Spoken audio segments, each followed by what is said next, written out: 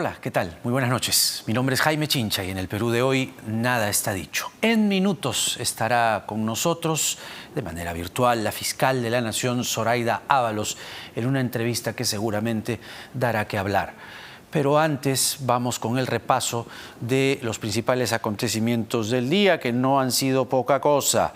El presidente Pedro Castillo ha dicho que no le tiene odio a la prensa, que no le tiene odio a nadie, y no quiso además meterse en lo realizado, la carta, la misiva que envió el ministro de Justicia, Aníbal Torres, precisamente a la fiscal de la Nación.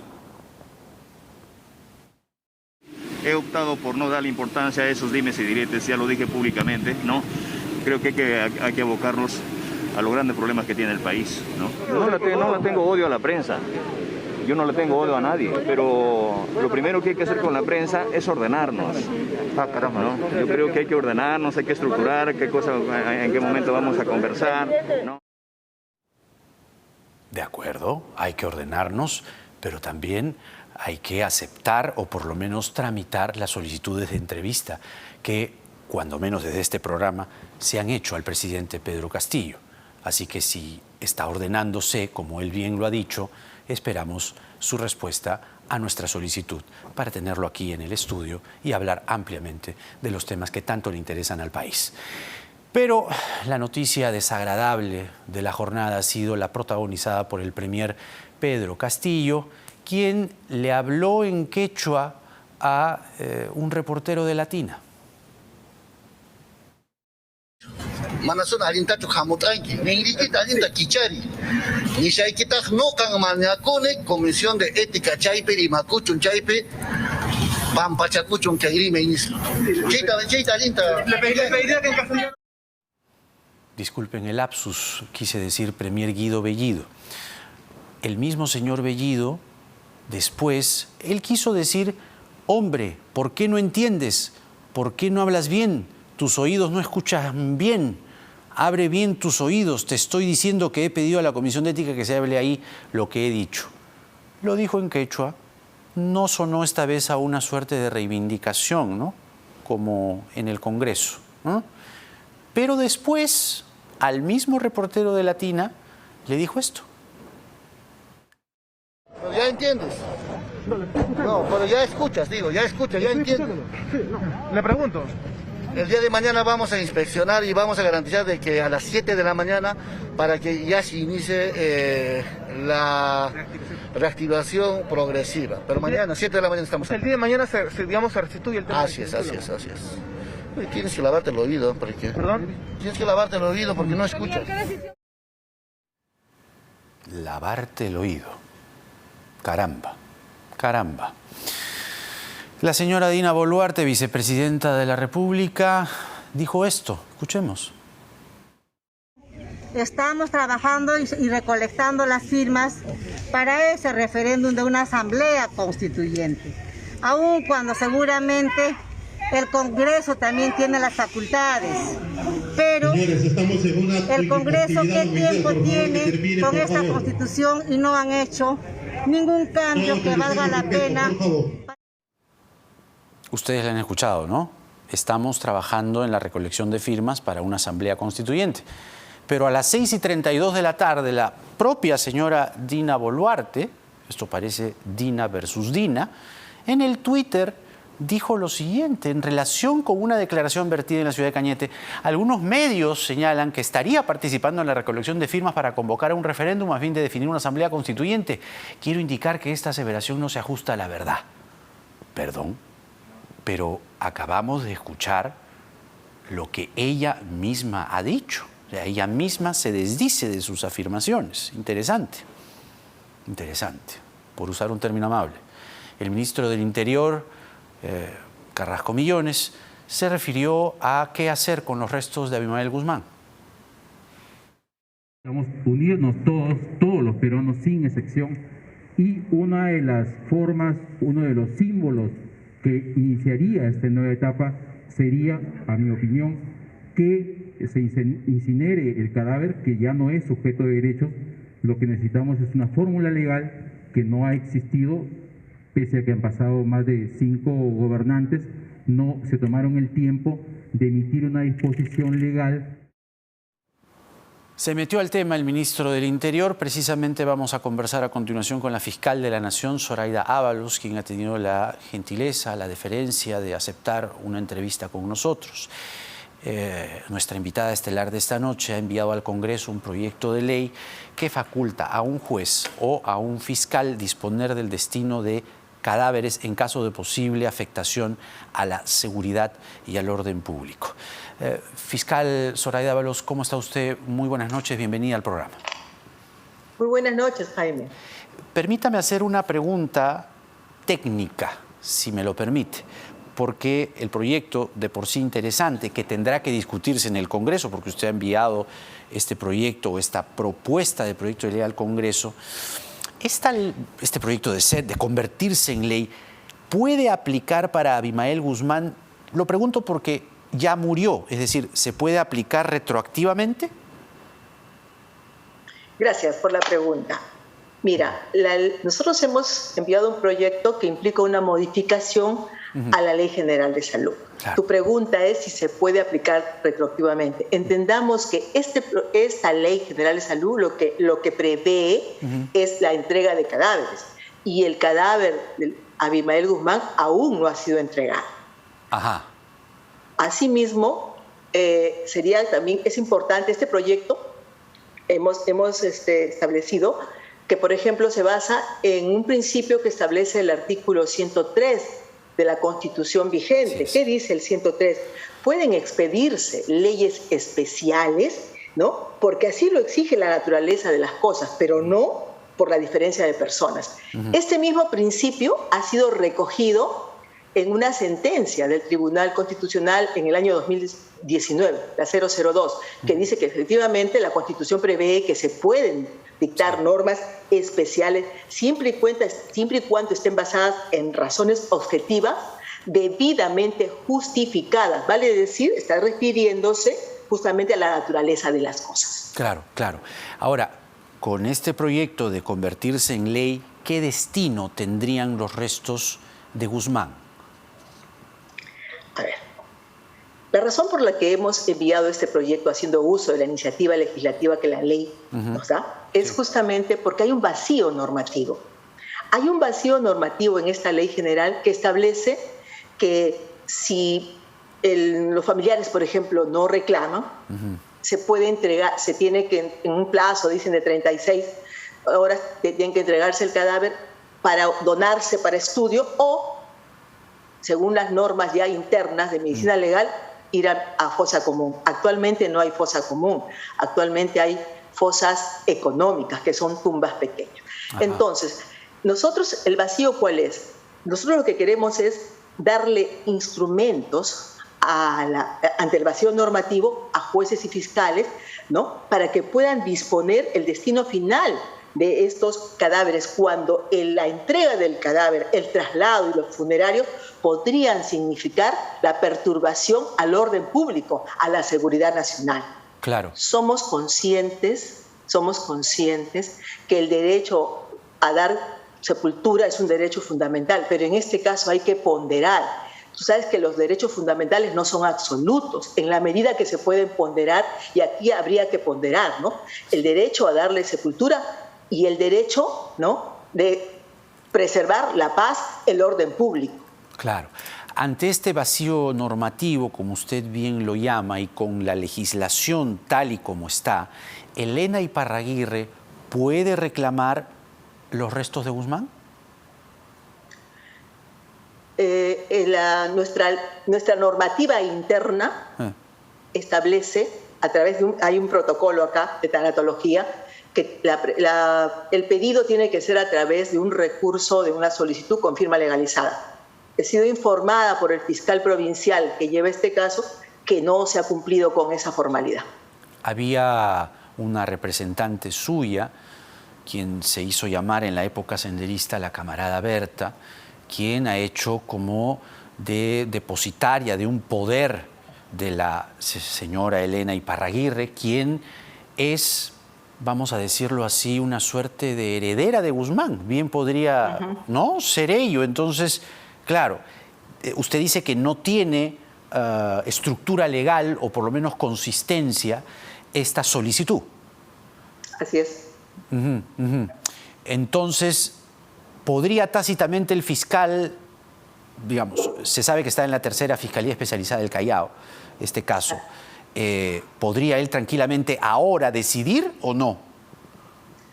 Miren, se ha hablado mucho de este plazo de las 36 horas, que son día y medio, pero debe tenerse en cuenta que acá hay una investigación abierta por el fiscal a efecto de determinar las causas de la posible muerte, ¿no? Y la identidad. El tema de la identidad ya ha quedado esclarecida con la pericia del ontograma, la pericia dactilar. Entonces, habiendo una investigación, tenemos que esperar que el fiscal, ¿no?, determine la entrega. O sea, claro, no sé si me dejo entender. Claro, pero el fiscal está solo, digamos. Bueno, está usted como cabeza de la institución, pero en el sentido de que el gobierno, el Poder Ejecutivo, también hubiese podido redactar, proponer un marco normativo. Es decir, usted tiene iniciativa legislativa y el gobierno también. Entonces el fiscal un poco ha sido dejado a su libre discrecionalidad, ¿no? Esto cuánto puede complicar la situación de la capacidad de decisión del fiscal, entendiendo que si esto va al Congreso, se va a tomar más o menos algún tiempo, ¿no cree? Yo creo que no, que pueden ya han habido otros casos donde se ha actuado rápidamente, ¿no? Creo que es importante que dotemos también al fiscal, ojo, porque esa resolución tiene que estar debidamente motivada. Puede mañana más tarde llegar a tribunales internacionales que nos puede costar de repente alguna sentencia en contra, ¿no? Eso es bastante interesante, poniendo en contexto además algunas otras demandas que en el pasado han sido presentadas por senderistas, emerretistas, personas condenadas o procesadas por el delito de terrorismo. Entonces, ¿qué es lo que puede pasar, digamos, previendo escenarios y con los antecedentes, si es que esta normativa discutida, modificada, no se convierte en ley? Es decir, ¿ante qué el país? Porque no estamos hablando ahora de la Fiscalía o del Congreso, no, es el Estado peruano que quedaría desprovisto de alguna defensa legal si es que estas personas, estos terroristas, van a cortes internacionales. ¿Qué es lo que podría pasar? Por eso es que yo considero que este problema que se ha suscitado no solamente compete al Ministerio Público, compete al Poder Ejecutivo y al Congreso, ¿no? En este caso, nosotros hemos creído conveniente presentar esta iniciativa toda vez que estamos haciendo una modificación a una ley general de salud, y le estamos haciendo una modificación, tiene que ser mediante otra ley dada por el Congreso. Claro, claro. Porque un decreto supremo, de repente, por jerarquía normativa, podrían haber problemas. Ya. Entonces, mejor que el gobierno o el Ejecutivo no haya intervenido directamente, dice usted. Nosotros partimos de esa premisa. Ya. Una ley se modifica mediante otra ley, ¿no? Por jerarquía normativa. Claro. Ahora, pudo haber presentado también un proyecto de ley el Ejecutivo, tiene la facultad de hacerlo. Sí, puede hacerlo. Pero el exhorto del ministro de Justicia, Aníbal Torres, enviado a través de una misiva a su despacho, ¿motivó este proyecto? No, señor. No. Ajá. Efectivamente, el ministro de Justicia mandó el día de ayer un oficio, ¿no? Sí. Pero creo que el día de hoy he escuchado que ya el Ejecutivo está preparando un proyecto. Algunas voces de algunos congresistas también se han adherido al proyecto, lo que quiere decir que todos consideran que efectivamente hay un vacío normativo. Claro. Hay un vacío normativo que tiene que ser llenado. Claro. Entonces, bien podría, si el Ejecutivo presenta un proyecto, si usted está enviando esta propuesta de proyecto de ley, si en el Congreso, que seguramente no es descabellado pensar que algunos congresistas estén pensando, todo eso se integraría y usted estaría dispuesta a que se le hagan modificaciones a esta propuesta. Claro, yo presento el proyecto y el Congreso ya tendrá que evaluar. Ahora, una pregunta que también surge a partir de la lectura de esta propuesta de proyecto de ley y entendiendo el principio de que no existe una ley con nombre propio, y lo dicen además en el texto, ¿quiénes más estarían incluidos, además de Guzmán, en esta normativa? Está dada para situaciones, repito, para situaciones en las que la entrega de un cadáver podría suscitar el rompimiento a la paz social, al orden. Ya, ¿a quiénes podría beneficiar o a quiénes podría? Ya es cuestión de que en el caso concreto, sí, el fiscal del caso tenga que determinar. Claro, pero quizá aquí cabe un poco de docencia, si usted me lo permite, ¿no? Como si fuese una clase de derecho, disculpe el atrevimiento. Pero, ¿qué ejemplos pueden calificar? A mí se me ocurre alguno. Montesinos. Por ejemplo, Montesinos puede ser pasible de esta también desestabilización. Mira, además que la pregunta se la hago hoy 14 de septiembre. Hace 21 años se difundió el primer ley. Permítame, mire, yo estoy acá como fiscal de la Nación. Yo no podría adelantar ningún criterio porque podría tomarse como que estoy direccionando, ¿no? Estoy acá como la fiscal de la Nación. O sea, como repito, en cada caso concreto, el fiscal a cargo tendrá que determinar. Claro. Entonces, como bien dice el proyecto, el juez o el fiscal, según sea el caso, en decisión especialmente fundamentada, podrá disponer del destino final de los cadáveres cuyo traslado, funerales o inhumación pudiera poner en grave riesgo la seguridad o el orden público. Eso es, digamos, ese es el párrafo que sería modificado. Concretamente, ¿no? Así es, a efectos de que el fiscal pueda disponer qué hace en este momento. Supongamos que un fiscal dice, en este caso no dispongo, no entregar el cadáver. ¿Qué hago con el cadáver? No hay marco normativo, por ejemplo, para ordenar una cremación, por ejemplo. No hay marco normativo. Claro. Y las 36 horas que usted hacía mención hace un momento, que todo el mundo está hablando, ¿caben aquí? No, creo yo, desde mi punto de vista no, porque hay una investigación abierta. Ajá. ¿No? En este caso, el fiscal, por ejemplo, ha ordenado que el cadáver sea lacrado, ¿no? Todavía no ha terminado esa investigación. Entonces creo que el tema ya del plazo, este es un caso particular, ¿no? Claro. De hecho, no le pido una respuesta concreta porque usted bien dice, y creo entender el fondo de la cuestión, no puede adelantar opinión. Pero claro, el fiscal tendría que evaluar, y el juez también, ¿no? Es el juez o el fiscal, que tendrían que evaluar y decir, a ver, esto está causando tumultos, como está pasando, gente que va a la morgue, ¿no? Pancartas con diferentes señas, y además pasa por el hecho de quién es Abimael Guzmán. Es decir, de por sí lo que la sociedad teme es que pues puedan producirse manifestaciones de homenaje póstumo o cosas así que para la sociedad sería una fractura, entonces, o un golpe, ¿no? Entonces, podría ser, como le digo, esto lo digo yo, podría ser, de hecho, personajes como Montesinos o Víctor Polay, cuando mueran, porque todos alguna vez morimos, ¿no es así? Entonces, cuando personajes así mueran, es el juez en el momento quien tiene que evaluar, pero ¿no deja cabos sueltos, digamos, el fraseo del párrafo que se está planteando como nueva propuesta para modificarse?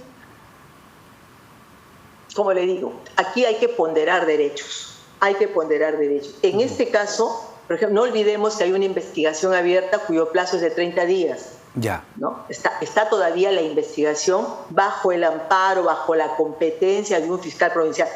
Yo como fiscal de la Nación no estoy viendo ese caso. Claro. Ese caso lo está viendo un fiscal provincial.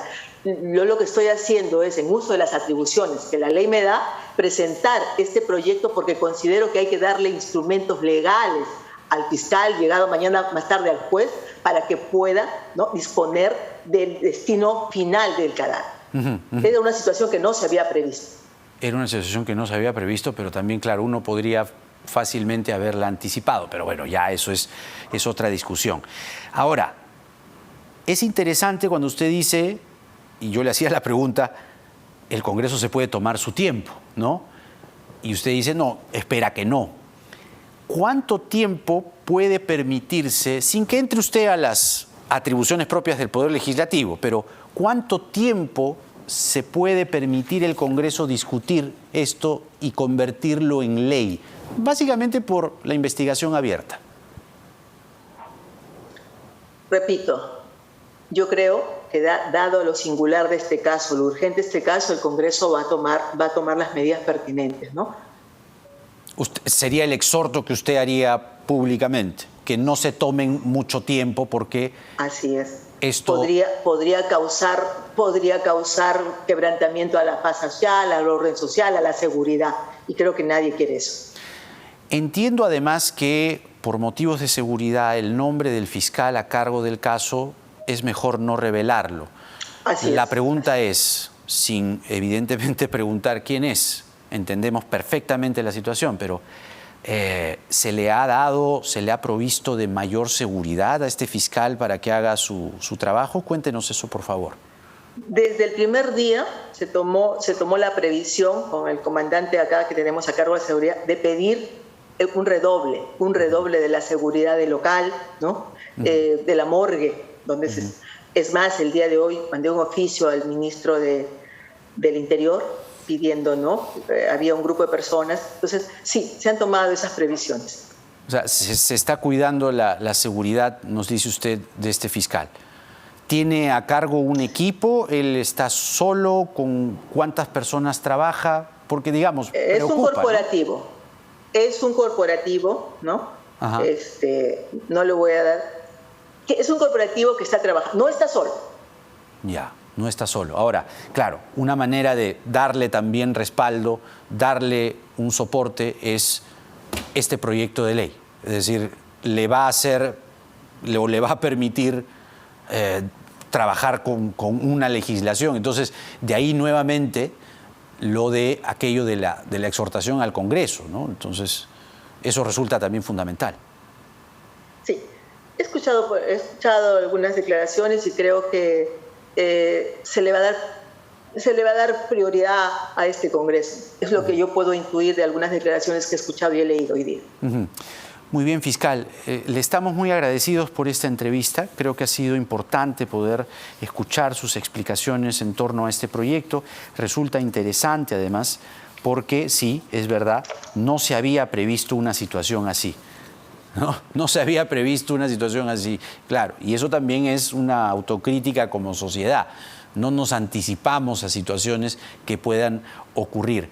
Pero permítame una pregunta adicional que surge a partir de este fraseo y esta situación. Producidos casos en los que senderistas o emerretistas han ganado casos ante la Corte Interamericana, por ejemplo, o ante la Corte de la Haya, qué sé yo, cortes internacionales, llamémosle así, ¿sería posible o cabe la posibilidad de que si no existiese una normativa así, alguien, sobre todo cercano a Sendero Luminoso o al Movadef, pudiese presentar demandas internacionales e incluso ganarlas? Si se comete algún Particularmente error. creo que sí. Particularmente creo que sí. Es por eso que es necesario llenar este vacío legal, este supuesto fáctico que no estaba en la norma, ¿no? Ajá, ajá. Y que es necesario tenerlo en cuenta. Muy bien, ha quedado muy claro, fiscal Zoraida Ábalos. Le agradecemos por esta entrevista y que tenga usted muy buenas noches. Y además esperamos que el Congreso pues haga prontamente su trabajo.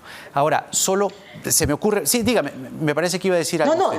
No, solamente le iba a agradecer. Sí, no, pero ahora que pienso, incinerar el cuerpo, ¿no? Digamos, sería una primera salida. O que el fiscal decida o el juez decida qué hacer. Pero usted me decía hace un momento, que lo acabo de recordar, que no hay fosas comunes. O sea, ese es otro gran Ahora tema. hay fosas económicas.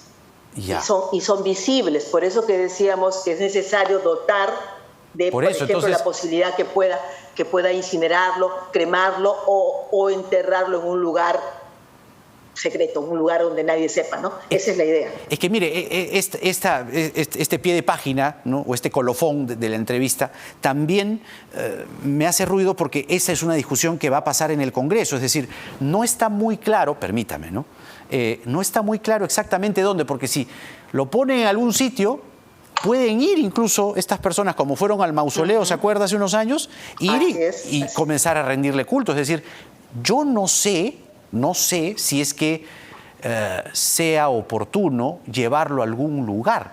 Hay gente que habla de láncenlos al mar, o láncelos a cualquier otro lado. Por eso es que decíamos que importante es que se le dé, que se prevea esa posibilidad que no está en ley, de que el fiscal pueda, por ejemplo, ordenar la cremación. Claro. El tema es dónde van las cenizas, pues. Tendrá que preverse también, ¿no? Claro. Acuérdese que este es un proyecto que va a ser sujeto a debate en el Congreso. Sí, entonces, claro, el proyecto puede ser pasible y debe ser pasible de complementos, comenzando por las fosas comunes. Ese dato no lo tenía. Es decir, todo el mundo habla de fosas comunes, pero resulta que no habían fosas comunes. En este momento he sido informada que hay fosas económicas que inclusive tienen un costo.